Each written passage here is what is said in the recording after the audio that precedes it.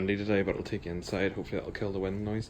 Now, visually it doesn't look like I've made a huge amount of progress, but I haven't had a lot of time this week due to work commitments. So take the camera around here, and you can see the red polyurethane bushes in there at the bottom. Had a bit of a fight getting the rear half of the wishbone off, because it was a bit stuck on its splines, but we got there in the end with the help of a punch just in there, if you see it, against that other bearing surfaces behind the bush. So yeah, knocked the rear arm off, having marked its position with the Tipex there. Tipex is just a white marker for all our non-UK viewers. So yeah, it's important to mark the position of that so you know what suspension height to put it back. Now, I have actually raised the suspension, so if you move the notch by one, if you move that arm by one spline at the front, it's 1.25 inches. And if you see that plate there, every hole on that is 1/4 inch.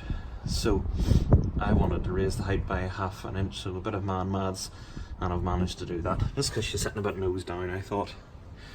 As you can see, I've disconnected the steering arm, put a pair of pliers in there to hold the hub up out of the way without kinking the brake hose as best I can. So yeah, the baby's asleep upstairs, so I can't really do a lot of hammering, but ready to knock the wishbone back on place, put the front back on and get this side back together.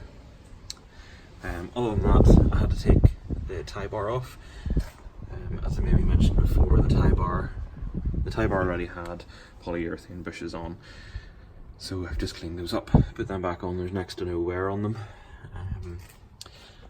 Looking round underneath here, everything is pretty rust free. This car really is only used in the dry. I'll maybe top up the wax oiling, but we'll see. The two red ones are for the tie bolt at the bottom. The blue ones are for up there at the top. So that's just all ready to go at the other side. And the stack of 4 are for the tie bar, but they're ever so slightly thicker than the ones I've already used, and I really struggled to get that and tightened up the first time, so I think putting thicker ones in is really going to make me a bit of a headache, so I'll just go with the old ones, which are unworn. Maybe saw these before, but these are the old bushes. Now, this is less than 2,000 miles of wear, so it's pretty shocking the quality of rubber we get these days. But anyway, good old copper grease, which I put back in the tie bolt through the chassis leg to make sure I can actually get it out in the future if I ever need to. Tools and so on, ready to go. Another thing, I think I showed you this before, this is the stainless steel exhaust ready to go in the Land Rover. If you remember from previous videos, I talked about getting the wheels refurbished in the Land Rover. This is one of the original wheels. I'm going to make a video about this soon. These are the Land Rover steel wheels, and as you can see, this one has a bit of a nick in it, but it's repairable. So what I'm going to do is hammer that flat, cut a notch, and weld it up with a MIG, grind it down flat and get it sandblasted. Now, that's the one that's not done. And if you look over here, these are the finished products of the other 4. I think they look really good. These are the original cream, or limestone is the proper British Leyland colour for it. And that is the colour the rest of the Land Rover is going to be.